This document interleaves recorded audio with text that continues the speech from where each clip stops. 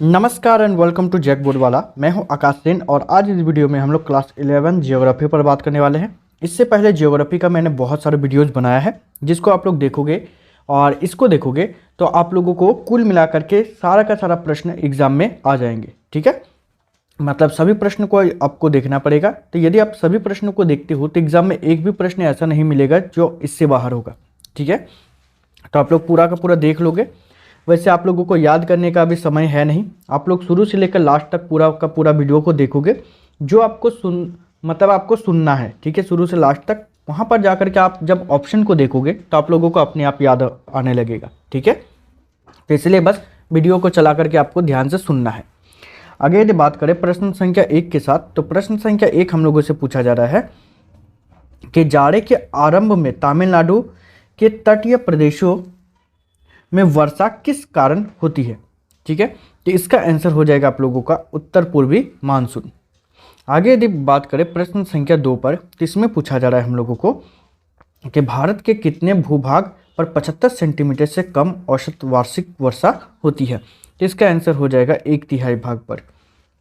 प्रश्न संख्या 3 में पूछा जा रहा है कि दक्षिण भाग के संदर्भ में कौन सा तथ्य ठीक नहीं है। तो इसका आंसर हो जाएगा यहाँ जलवायु विषम पाई जाती है। आगे प्रश्न संख्या 4 जिसमें पूछा जा रहा है हम लोगों को कि जब सूर्य दक्षिणी गोलार्ध में मकर रेखा पर सीधा चमकता है तो निम्नलिखित में से क्या होता है।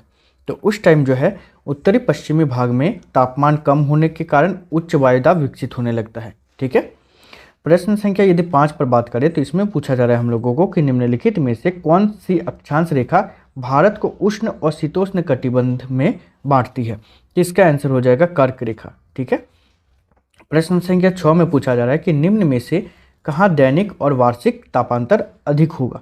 ठीक है, तो इसका आंसर हो जाएगा कानपुर में।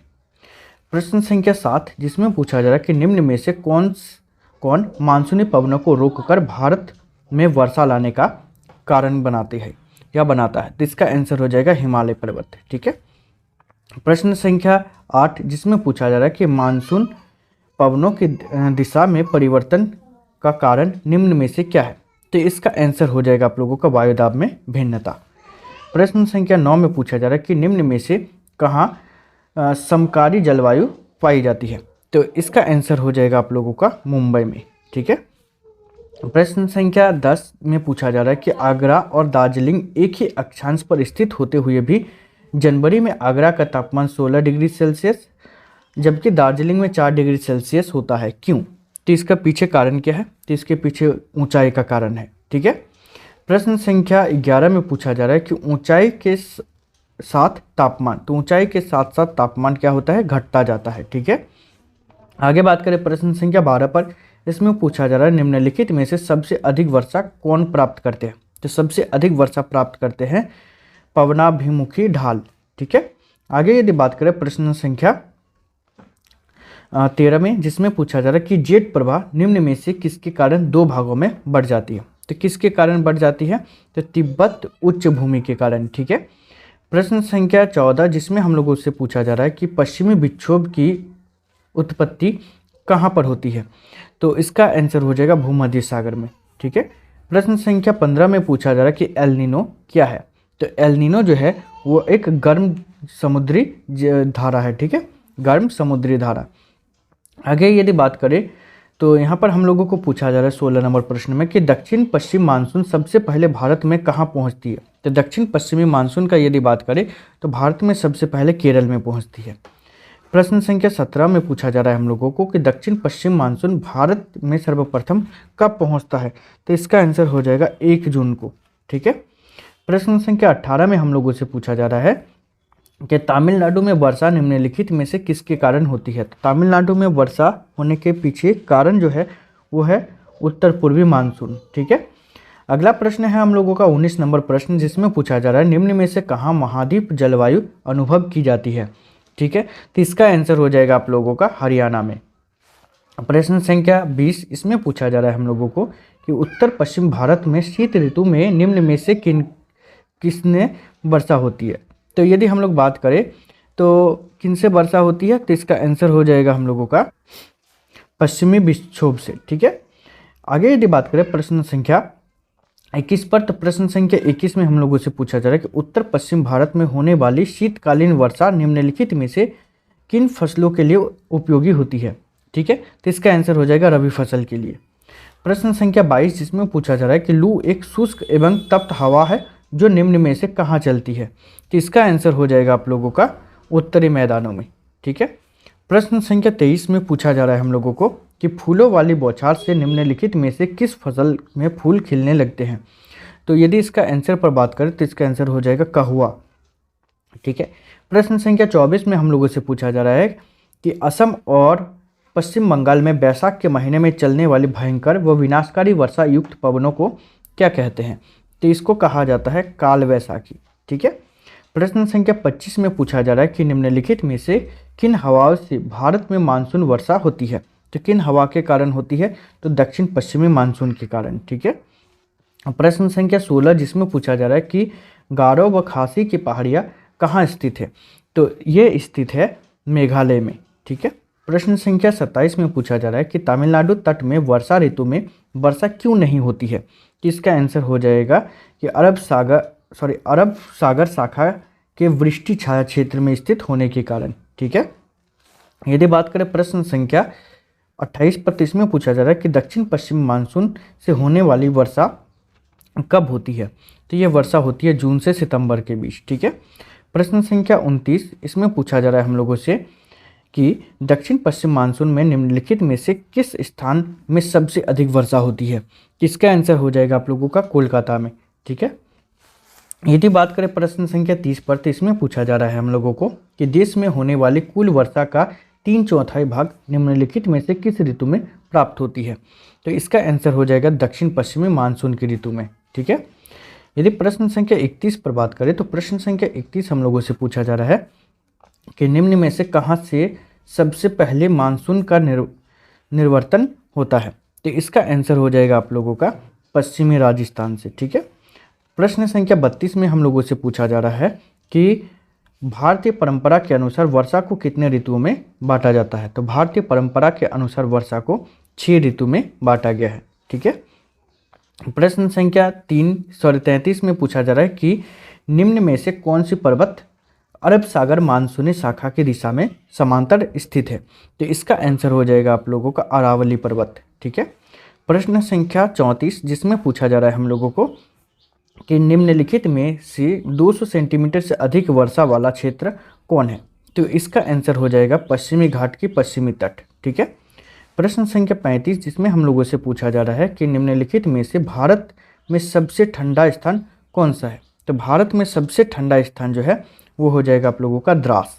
ठीक है, प्रश्न संख्या यदि हम लोग बात करें 36 पर, तो इसमें पूछा जा रहा है कि किस मानसून में झारखंड में वर्षा होती है, तो किस मानसून में झारखंड में वर्षा होती है, तो इसका आंसर हो जाएगा दक्षिण पश्चिमी मानसून से। ठीक है, प्रश्न संख्या 37 में हम लोगों से पूछा जा रहा है कि भारत में सबसे अधिक वर्षा कहाँ होती है, तो भारत में सबसे अधिक वर्षा जो होती है वो होती है मौसिनराम में। ठीक है, प्रश्न संख्या यदि हम लोग बात करें 38 पर, तो इसमें पूछा जा रहा है कि भारत में सर्वाधिक वर्षा किस राज्य में होती है, तो भारत में सर्वाधिक वर्षा जो होती है वो होती है मेघालय में। ठीक है, प्रश्न संख्या 39 जिसमें हम लोगों को पूछा जा रहा है कि उत्तरी गोलार्ध में पवनें अपने दाईं ओर क्यों मुड़ जाती है, तो इसका आंसर हो जाएगा पृथ्वी के घूर्णन गति के कारण। ठीक है, प्रश्न संख्या 40 जिसमें पूछा जा रहा है हम लोगों को कि भारत में दक्षिण पश्चिमी मानसून का प्रवेश किस महीने में होता है, तो इसका होता है जून महीने में। ठीक है, प्रश्न संख्या 41 में पूछा जा रहा है कि निम्न में से किस राज्य में शीत ऋतु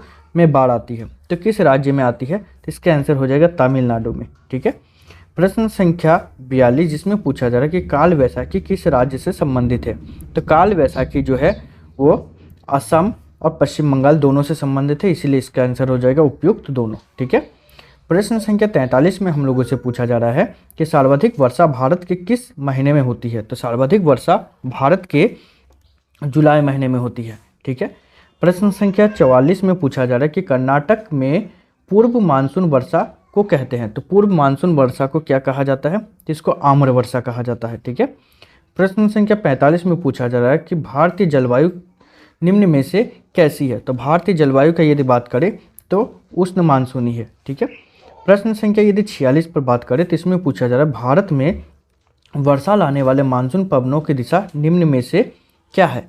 तो इसका आंसर हो जाएगा दक्षिण पश्चिमी है। ठीक है। प्रश्न संख्या 47 में पूछा जा रहा है कि निम्नलिखित में भारत में वृष्टि छाया प्रदेश कौन है? तो कौन सा है? तो इसका आंसर हो जाएगा पश्चिमी घाट का पूर्वी भाग। ठीक है। प्रश्न संख्या 48 में हम लोगों से पूछा जा रहा है कि निम्नलिखित में से किन पहाड़ियों में चेरापूंजी और मासिनराम स्थित है? तो इसका आंसर हो जाएगा खासी पहाड़। ठीक है। प्रश्न संख्या 49 में पूछा जा रहा है कि भारत में मानसून पवनों की अवधि कितनी है? तो भारत में मानसून पवनों की अवधि जो है 120 दिन है। ठीक है। प्रश्न संख्या 50 में पूछा जा रहा है कि मानसून शब्द निम्नलिखित में से किस भाषा के शब्द से बना है? तो इसका आंसर हो जाएगा आप लोगों का अरबी भाषा के। प्रश्न संख्या 51 में पूछा जा रहा है हम लोगों को कि भारत में शीतकाल में होने वाले चक्रवाती वर्षा किस फसल की उपज के लिए लाभदायक है? तो इसका आंसर हो जाएगा आप लोगों का गेहूं का। ठीक है। प्रश्न संख्या 52 में हम लोगों से पूछा जा रहा है कि गंगा के मैदान में पूर्व से पश्चिम की ओर वर्षा की मात्रा क्यों कम होती जाती है? तो इसके पीछे सबसे बड़ा कारण है कि वायु में आर्द्रता की कमी होने के कारण। ठीक है। प्रश्न संख्या 53 जिसमें पूछा जा रहा है कि निम्न में से किसका संबंध ऊपरी वायु परिसंचरण से है? किसका आंसर हो जाएगा आप लोगों का जेट प्रवाह से। ठीक है। प्रश्न संख्या 54 में पूछा जा रहा है हम लोगों को कि निम्नलिखित में भारतीय कृषि किस पर निर्भर है? तो भारतीय कृषि जो है मानसून पर निर्भर है। ठीक है। अब उसके बाद फिर हम लोग नेक्स्ट अध्याय पर आए तो नेक्स्ट अध्याय का पहला प्रश्न पूछा जा रहा है कि उष्णकटिबंधीय सदाबहार एवं आर्द्र सदाबहार वन किस प्रदेश में पाए जाते हैं? इसका आंसर हो जाएगा उष्ण एवं आर्द्र प्रदेशों में। ठीक है। आगे बात करें प्रश्न संख्या 2 पर तो इसमें हम लोगों से पूछा जा रहा है कि उष्णकटिबंधीय सदाबहार वन कितना वार्षिक वर्षा वाले क्षेत्र में मिलती है? तो इसका आंसर हो जाएगा 200 सेंटीमीटर से अधिक। ठीक है। प्रश्न संख्या 3 में हम लोगों से पूछा जा रहा है कि उष्णकटिबंधीय सदाबहार वन वाले क्षेत्र में वार्षिक तापमान कितना होता है? तो उस क्षेत्र में वार्षिक तापमान होती है 22 डिग्री सेल्सियस। ठीक है। प्रश्न संख्या 4 जिसमें हम लोगों से पूछा जा रहा है कि 60 मीटर या उससे अधिक ऊंचाई वाले वृक्ष किन वनों में मिलते हैं? तो इसका आंसर हो जाएगा उष्णकटिबंधीय सदाबहार वन में। ठीक है। प्रश्न संख्या 5 जिसमें हम लोगों से पूछा जा रहा है कि उष्णकटिबंधीय सदाबहार वन के प्रमुख वृक्ष समूह कौन है? तो इसका आंसर हो जाएगा आप लोगों का रोजवुड, महोगनी, एनी और एबनी। ठीक है। प्रश्न संख्या 6 जिसमें पूछा जा रहा है हम लोगों को कि 50 सेंटीमीटर से कम वार्षिक वर्षा वाले क्षेत्र में किस प्रकार के वन पाए जाते हैं? तो वैसे क्षेत्र में जो है उष्णकटिबंधीय कांटेदार वन पाए जाते हैं। ठीक है। प्रश्न संख्या 7 में हम लोगों से पूछा जा रहा है कि उष्णकटिबंधीय कांटेदार वन में कौन से वृक्ष समूह पाए जाते हैं? तो इसका आंसर हो जाएगा आप लोगों का बबूल, बेर, खजूर और खैर। ठीक है। प्रश्न संख्या 8 में हम लोगों से पूछा जा रहा है कि भारत में रेल पटरी बिछाने के लिए आवश्यक चीड़ के पेड़ को अंग्रेज ने कहाँ लगवाया था? तो इसका आंसर हो जाएगा आप लोगों का गढ़वाल और कुमाऊं में। ठीक है। प्रश्न संख्या यदि हम लोग 9 पर बात करें तो इसमें पूछा जा रहा है कि गढ़वाल और कुमाऊं में प्राकृतिक वनस्पति के रूप में कौन से वृक्ष पाए जाते थे? तो कौन से वृक्ष पाए जाते थे? तो वहाँ पर ओक के वृक्ष पाए जाते थे। ठीक है। प्रश्न संख्या 10 जिसमें हम लोगों को पूछा जा रहा है अंग्रेजों ने वनों को साफ कर भारत में किसके बागान लगवाए? तो इसका आंसर हो जाएगा आप लोगों का चाय, कॉफ़ी और रबड़, ये तीनों का। तो इसका आंसर हो जाएगा इनमें से तीनों। ठीक है। प्रश्न संख्या 11 जिसमें हम लोगों से पूछा जा रहा है कि अंग्रेजों ने इमारत निर्माण के लिए लकड़ी का उपयोग किस गुण के कारण किया? तो किस गुण के कारण किया था? तो ऊष्मारोधी होने के कारण और सुलभ प्रचुरता होने के कारण। ठीक है। तो इसका आंसर हो जाएगा इनमें से दोनों। ठीक है। प्रश्न संख्या 12 में हम लोगों से पूछा जा रहा है कि नीलगिरी, अन्नामलाई और पालनी पहाड़ियों पर शीतोष्ण कटिबंधीय वन जिसको सोलास के नाम से जाने जाते हैं, यहाँ कौन से प्रमुख वृक्ष मिलते हैं? ठीक है। तो यहाँ पर आंसर हो जाएगा मैग्नोलिया, लेरेल, सिनकोना और बेटल। ठीक है। ये सब वृक्ष पाए जाते हैं। प्रश्न संख्या यदि हम लोग 13 पर बात करें तो इसमें पूछा जा रहा है अंतर्राष्ट्रीय महत्व के आर्द्र भूमि के अधिवेशन के अंतर्गत रक्षित जलकुक्कुट आवास है। तो कौन सा हो जाएगा इसका आंसर? तो इसका आंसर हो जाएगा उड़ीसा के चिल्का झील और भरतपुर में केवलादेव राष्ट्रीय पार्क। तो इनमें से दोनों हो जाएगा। ठीक है। प्रश्न संख्या यदि 14 पर बात करें तो इसमें पूछा जा रहा है कि आर्द्र व अनूप क्षेत्र के कितने प्रतिशत भाग पर चावल की खेती की जाती है? तो इसका आंसर हो जाएगा आप लोगों का 70%। ठीक है। प्रश्न संख्या 15 जिसमें पूछा जा रहा है कि भारत में सबसे अधिक वन आवरण वाला राज्य कौन सा है। तो इसका आंसर हो जाएगा आप लोगों का मिजोरम। ठीक है। प्रश्न संख्या 16 जिसमें पूछा जा रहा है देश का सबसे बड़ा वन क्षेत्र किस राज्य में पाया जाता है। तो इसका आंसर हो जाएगा आप लोगों का मध्य प्रदेश। प्रश्न संख्या 17 पर बात करें तो इसमें पूछा जा रहा है कि भारत में लगभग कितने क्षेत्रफल में आर्द्र भूमि है। तो भारत का कुल मिलाकर के 39 लाख हेक्टेयर पर है। ठीक है। प्रश्न संख्या 18 में पूछा जा रहा है कि वन संरक्षण नीति कब लागू की गई। तो वन संरक्षण नीति का यदि बात करें तो 1952 ईस्वी को लागू की गई थी। प्रश्न संख्या 19 जिसमें पूछा जा रहा है कि वन संरक्षण नीति का संशोधन कब किया गया। तो वन संरक्षण नीति का यदि बात किया जाए तो इसका संशोधन किया गया था 1988 ईस्वी को। ठीक है। प्रश्न संख्या 20 में पूछा जा रहा है राष्ट्रीय कृषि आयोग 1976 से 1979 में सामाजिक वानिकी को कितने भागों में बांटा है। तो इसका आंसर हो जाएगा आप लोगों का 3 भागों में। ठीक है। प्रश्न संख्या 21 में पूछा जा रहा है कि फार्म वानिकी के अंतर्गत इनमें से कौन आते हैं। तो फार्म वानिकी के अंतर्गत जो है वो खेतों की मेड़ों का वृक्षारोपण और घर के पास खाली जमीन का वृक्षारोपण और पशुओं के बाड़ों का वृक्षारोपण, ये तीनों हो जाएगा, इसीलिए इसका आंसर हो जाएगा इनमें से सभी। ठीक है। प्रश्न संख्या 22 पर बात करें तो प्रश्न संख्या 22 हम लोगों से पूछा जा रहा है कि वानिकी और खेती एक साथ करना किस सामाजिक वानिकी का भाग है। तो इसका आंसर हो जाएगा कृषि वानिकी का। ठीक है। प्रश्न संख्या 23 में पूछा जा रहा है कि विद्यालय में पेड़ लगाना किस सामाजिक वानिकी के अंतर्गत आता है। तो इसका आंसर हो जाएगा सामुदायिक कृषि वानिकी। ठीक है। प्रश्न संख्या यदि हम लोग 24 पर बात करें तो 24 में हम लोगों से पूछा जा रहा है कि नीलगिरी जीव मंडल नीचे किस राज्य में स्थित है। ठीक है। जिसका आंसर हो जाएगा आप लोगों का तमिलनाडु, केरल और कर्नाटक, इन तीनों में शामिल है, इसीलिए इसका आंसर हो जाएगा उपयुक्त सभी में। ठीक है। प्रश्न संख्या 25 पर बात करें तो इसमें हम लोगों से पूछा जा रहा है कि यूनेस्को द्वारा कितने जीव मंडल नीचे को विश्व नेटवर्क पर मान्यता प्राप्त है। तो इसका आंसर हो जाएगा आप लोगों का 12। ठीक है।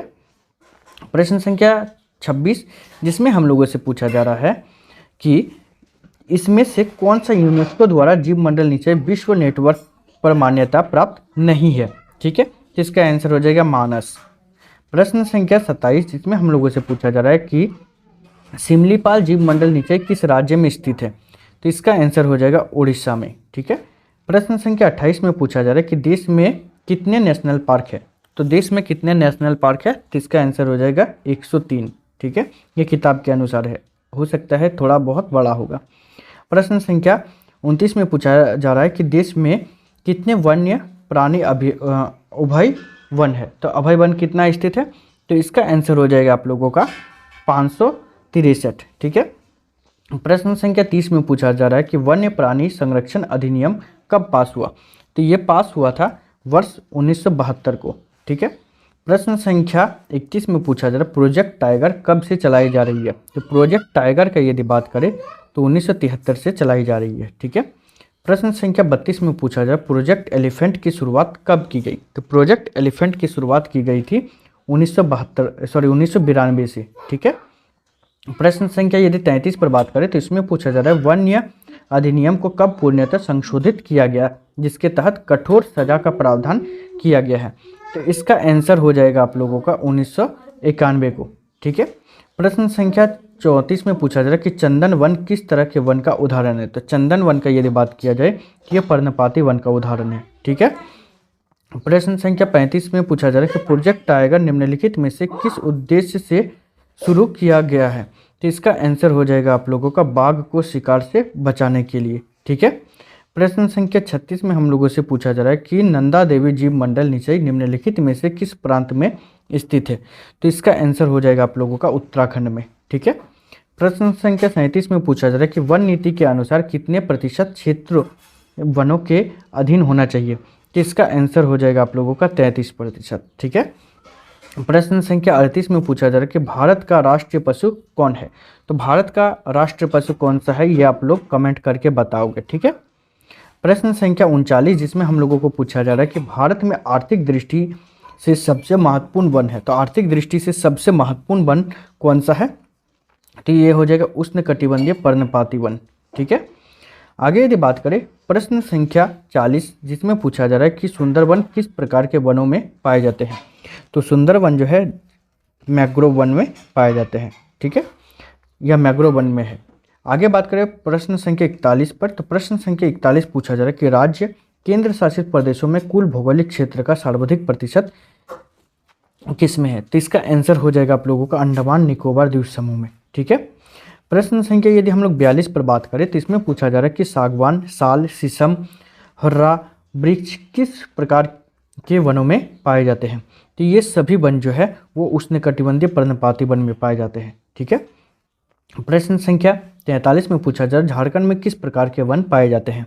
तो झारखंड में जो है वो पाए जाते हैं उष्णकटिबंधीय पर्णपाती वन, ठीक है। प्रश्न संख्या 44 जिसमें हम लोगों से पूछा जाए कि भारत में किस प्रकार के वन सर्वाधिक बृहद क्षेत्र में पाए जाते हैं? तो इसका आंसर हो जाएगा उष्णकटिबंधीय पर्णपाती वन, ठीक है। प्रश्न संख्या 45 जिसमें पूछा जा रहा है कि भारत में पश्चिमी घाट में किस प्रकार के वन पाए जाते हैं? तो पश्चिमी घाट में पाए जाते हैं उष्णकटिबंधीय सदाबहार वन, ठीक है। आगे बात करें प्रश्न संख्या 46 जिसमें पूछा जाए कि उष्णकटिबंधीय कांटेदार वन किस क्षेत्र में पाए जाते हैं? तो उष्णकटिबंधीय कांटेदार वन गुजरात और राजस्थान में ज़्यादातर पाए जाते हैं। प्रश्न संख्या 47 इसमें पूछा जा रहा है कि भारत के पश्चिमी भाग गुजरात और राजस्थान में किस प्रकार के वनस्पति पाए जाते हैं? तो वहाँ पर वनस्पति पाए जाते हैं, छोटे और कटीले वृक्ष पाए जाते हैं, ठीक है। प्रश्न संख्या 48 जिसमें पूछा जा रहा है कि भारत का प्रथम जीव मंडल निचय कौन है? तो भारत का प्रथम जीव मंडल निचय जो है वह नीलगिरी जीव मंडल निचय जो कि तमिलनाडु, केरल और कर्नाटक में स्थित है, ठीक है। प्रश्न संख्या 49 में पूछा जा रहा है हम लोगों से कि भारत का सबसे बाद में बना जीव मंडल निचय कौन सा है? तो इसका आंसर हो जाएगा आप लोगों का पन्ना जो कि मध्य प्रदेश में स्थित है, ठीक है। प्रश्न संख्या 50 जिसमें पूछा जा रहा है कि देश में बाघों की संख्या बढ़कर 2020 में कितनी हो गई है? तो 2020 में कुल मिलाकर के हो गई है 2967, ठीक है। प्रश्न संख्या 51 जिसमें पूछा जा रहा है इनमें से कौन सा जोड़ा सही नहीं है? तो कौन सा जोड़ा जो है वो सही नहीं है? तो इसका आंसर हो जाएगा अगस्त्या मलाई जो कि कर्नाटक में, ठीक है, ये सही नहीं है। आगे यदि बात करें प्रश्न संख्या 52 पर, तो इसमें हम लोगों से पूछा जा रहा है कि उष्ण एवं आर्द्र प्रदेशों में जहां वर्षा 200 सेंटीमीटर से कम होती है किस तरह के वन पाए जाते हैं? तो उन सभी क्षेत्रों में उष्णकटिबंधीय अर्ध सदाबहार वन पाए जाते हैं, ठीक है। प्रश्न संख्या 53 जिसमें पूछा जा रहा है कि आर्द्र पर्णपाती वन कितने वर्षा वाले क्षेत्र में मिलते हैं? तो वो मिलते हैं 100 से 200 सेंटीमीटर के बीच, जहाँ वर्षा होती है वहाँ मिलती है। प्रश्न संख्या 54 जिसमें पूछा जा रहा है कि किन वनों में पौधे लगभग पूरे वर्ष पत्ते रहित होते हैं और झाड़ियाँ जैसे लगते हैं? तो ये जो होती हैं वो उष्णकटिबंधीय कटीले वन में होते हैं, ठीक है। प्रश्न संख्या 55 जिसमें पूछा जा रहा है कि हिमालय के पश्चिमी भाग में बहुमूल्य प्रजाति के देवदार, चिनार एवं वालन वृक्ष कितनी ऊंचाई पर पाए जाते हैं? तो इसका आंसर हो जाएगा आप लोगों का 1500 से 1750 मीटर की ऊंचाई पर, ठीक है। प्रश्न संख्या 56 में हम लोगों से पूछा जा रहा है कि कितने मीटर ऊंचाई पर मॉस व लाइकन पाई जाती है? तो इसका आंसर हो जाएगा आप लोगों का 3000 से 4000 मीटर। प्रश्न संख्या 57 जिसमें पूछा जा रहा है हम लोगों को कि विश्व के ज्ञात पौधे और प्राणियों की किस्मों में से कितनी प्रतिशत किस्में भारत में पाई जाती है? तो इसका आंसर हो जाएगा 4 से 5 किस्में। ऐसे ही आगे आप लोगों को और भी वीडियोस चाहिए तो चैनल को सब्सक्राइब कीजिएगा और मेरा मोटिवेशन लेवल को बढ़ाने के लिए अपना फ्रेंड के साथ शेयर ज़रूर कीजिएगा, ठीक है। वैसे क्लास 12th में आप लोगों को मैं डिटेल में पढ़ाने वाला हूँ। वैसे क्लास 11th में टाइम उतना ज़्यादा है नहीं कि मैं आप लोगों को डिटेल पढ़ा पाऊँ, इसी के कारण जो है क्लास 12th में आप लोगों को डिटेल में पढ़ाऊँगा, ठीक है ना। तो इस वीडियो में इतना ही, मिलते हैं नेक्स्ट वीडियो में, तब तक के लिए बाय, थैंक यू।